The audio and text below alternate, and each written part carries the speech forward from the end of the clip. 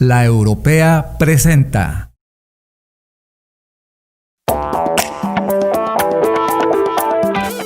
Me da muchísimo gusto darle la bienvenida aquí al programa de El Mundo en un Bocado a Óscar Gutiérrez, chef, repostero y pastelero y además maestro de tiempo completo de la Universidad del Caribe. Óscar, ¿cómo estás? Buenos días. Hola Pati, ¿cómo estás? Muy buen día. Pues bueno, encantadísimo como siempre estar contigo. Muchísimas gracias, Óscar. Y bueno, además, en estas fechas tan especiales, esta temporada tan maravillosa y tan especial, que siempre estamos muy, muy contentos porque vemos a la familia, los amigos, disfrutamos, bebemos rico, comemos rico. Bueno, wow, ¿qué te puedo decir? Esta época es maravillosa, de tradiciones y de todo. Y bueno, pues es justamente la Navidad y siempre en la cena de Nochebuena, pues son platos importantes, aunque casi siempre son los mismos, pero son platos específicos para esta cena los que se ofrecen. Pero poco hemos hablado de los postres, hemos hablado ya que si del pavo, que si de los romeritos, que si del bacalao, en fin, las ensaladas, pero de los postres poco hemos hablado. Y a mí me gustaría que en este tema de Navidad tocáramos cuáles serían para ti, a tu juicio, los postres, más que los postres, los panes más emblemáticos y populares o tradicionales para la cena de Nochebuena en el mundo. Claro, mira, pues mira, la verdad es que yo creo que al final del día lo más bonito de esta época es eso, el poder tener como toda esta transición de sabores y podemos encontrarnos con características bien agradables, por ejemplo, con un panetone, con un cake fruit, con un tronco navideño, por ejemplo, que es como muy vistoso, siempre va a ser muy bonito un tronco navideño y a lo mejor no es un pan, pero por ejemplo las galletas de jengibre, que cómo dejarlas afuera, por ejemplo.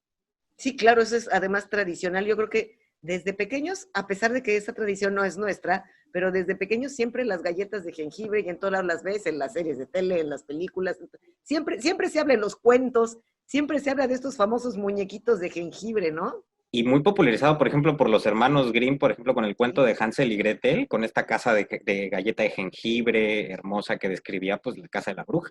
Claro que sí, claro que sí. Pues sí, yo estoy de acuerdo contigo, yo sí siento que estos son los postres que más se escuchan, más se ven, más se consumen en esta época. Incluso hasta en México los consumimos. Pero a ver, ¿qué te parece si los vamos desglosando un poco cada uno y me vas diciendo de qué se trata cada uno de ellos, a lo mejor de dónde vienen, en fin? ¿Qué te parece? Bueno, pues empezamos con las galletas de jengibre, sí, es el tema que estamos haciendo. Claro, me parece genial. Pues mira, la verdad es que las galletas de jengibre tienen su raíz, pues es bastante medieval el producto. De hecho, incluso su adquisición es muy interesante porque, por ejemplo, en el caso del jengibre que viene de Asia, antes se consideraba un producto de origen pues digamos que de la alta sociedad, porque no era un producto de fácil adquisición. Entonces, por ejemplo, en este caso, usualmente las galletas de jengibre están destinadas, por ejemplo, para reyes, condes y estas personas que podían tener ese poder adquisitivo y podían disfrutarlas. Después el típico, la característica de esta decoración, por ejemplo, con el glaseado real, en donde pues ya hacemos la figura del muñequito, le dibujamos digamos que si las manitas, que si los Los ojitos. botoncitos, ajá. Exacto, sobre todo la verdad es que esta parte que es bastante interesante y que al final conforme fue evolucionando, pues bueno, ya encontramos que si la casa de galleta de jengibre, que si obviamente, que si la campanita de Navidad, obviamente pues los olivos y muchas cosas que pues son muy emblemáticas para la época. Las estrellas, ¿no? Son Ah, bueno, como, y las aparte, estrellas son como elementales, ¿no? sí, la verdad es que yo creo que este punto de decorarlas con este glaseado real le da ese toque de color, ese toque de vida, porque al final era un producto que pues era muy simple, pero pues fue tomando ese poder de adquisición. Muy bien. Vámonos al tronco navideño. Tronco navideño, muy francés. La verdad es que la verdad es que es una receta muy francesa. Estamos hablando de un típico rollo, o sea, un clásico rollo, nada más que en este caso para la época, pues bueno, a un pastelero tuvo la brillante idea de hacer este diseño con un corte sesgado, colocar parte del pastel a un lado y decorar con la misma crema chantilly, que la crema chantilly te da las vetas de la madera, que te da este efecto de que pues al final ya es un tronco que pues para las épocas de invierno, pues sabremos de que pues obviamente muchos troncos se secan, obviamente que si el árbol de Navidad y demás, y pues nos da una visión muy agradable. Y el muy tradicional es el relleno de crema pastelera, y el otro que pues hablamos del relleno de crema de chocolate, que es delicioso, uno de mis favoritos. Muy bien. El fruit cake o pastel de frutas. Fruitcake, base muy inglesa, la verdad es que es una receta inglesa, es una receta muy antigua, sus antecesores estamos hablando de de un pan de costra dura que era básicamente muy, muy utilizado por los romanos, que a veces se rellenaba con piñones, a veces se rellenaba con un poquito de frutos secos. Después fue tomando esta transición conforme, pues obviamente fue trascendiendo la época y se le empezaron a agregar frutos cristalizados, algunas sobre todo ya uvas o berries envinados para darle un toque de aroma mucho más agradable y cambió mucho la textura porque pasamos de un pan duro a una mezcla como si fuera una especie de panqué esponjoso. Ujú. Claro, y eso envinado es porque las frutas o los frutos secos ya vienen preparados con el vino o esa parte, o se prepara en la masa el vino. Usualmente las frutas, lo que se hace es que los frutos secos, por ejemplo, pueden ser pasas, arándanos y demás, lo que se hace es que se remojan en un licor y se dejan reposando un tiempo. Y esto, pues obviamente, alarga la vida del producto y esto ayuda a que el producto no se eche a perder. Muy bien. Panetone. Panetone, híjole. Ese sí, completamente navideño, súper delicioso, un pan increíblemente con una textura agradable porque pues, es típico de la cocina italiana, Ujú. clásico de las épocas navideñas, pero lo interesante de esto es que surge de un pan salado, o sea, la idea original del panetone, hablamos de una masa de tipo que utiliza una levadura, de hecho es un pan que eleva. Entonces, al agregarle todos estos elementos de frutas cristalizadas, almendras, frutos secos, nueces y todas estas sensaciones de sabores, cambia completamente la estructura. Es un pan que curiosamente el dulce no lo tiene en la masa, lo tienen los añadidos que son los frutos.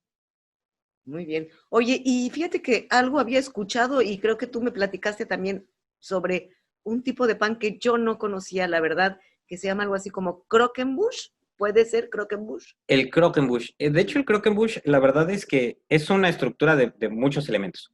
Partimos de los profiteroles. Los profiteroles son estos pequeños como bolitas que se hacen con una pasta que se conoce como pasta choux, que es una pasta, es muy similar a lo que nosotros conocemos como lo que comemos en los churros. Una pasta que surge de huevo, harina, que tiene una doble cocción.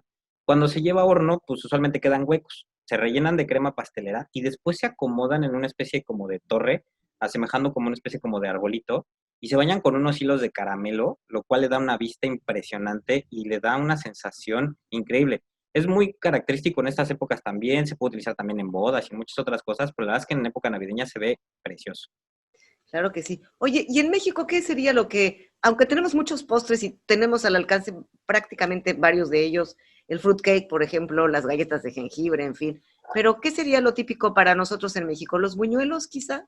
Pues mira, la verdad es que yo diría que los buñuelos, a lo mejor el buñuelo de viento entraría en esta categoría, pero yo me iría más por los buñuelos de rodilla, estos buñuelos que se estiran muchísimo, estos buñuelos que usualmente es una masa que se deja muy, muy delgada, es una película muy delgadita, se lleva una fritura profunda, lo cual le deja una costra bien interesante, y se baña con un almíbar que se utiliza a base de piloncillo, guayaba, canela, híjole, y que le da una textura bien, bien deliciosa. Ay, qué delicia, pues ya me dejaste así como que, qué rico. Así que a nuestros amigos ya tienen varios tips para poder acompañar su cena de Navidad. Por favor, que lo cierren con muy, muy, muy, muy agradable este sabor. Es importante el postre, ¿no es cierto? Al final del día es el cierre de toda una gran cena. O sea, de nada te sirve tener una cena extraordinaria si no hay postre al final. ¿Qué le vamos a hacer? Por eso me gusta tanto lo que hago. Ya lo sé, claro que sí. Pues caray, muchísimas gracias, mi querido chef Oscar A ti, Pati. Gutiérrez. Gracias. Y bueno, comprometido para que el próximo fin de semana hablemos, a lo mejor ya no de panes, sino más de postres para la cena de Nochevieja y recibir el Año Nuevo. ¿Cómo la ves? Claro, perfectísimo, yo encantado. Perfecto, pues muchísimas gracias, chef.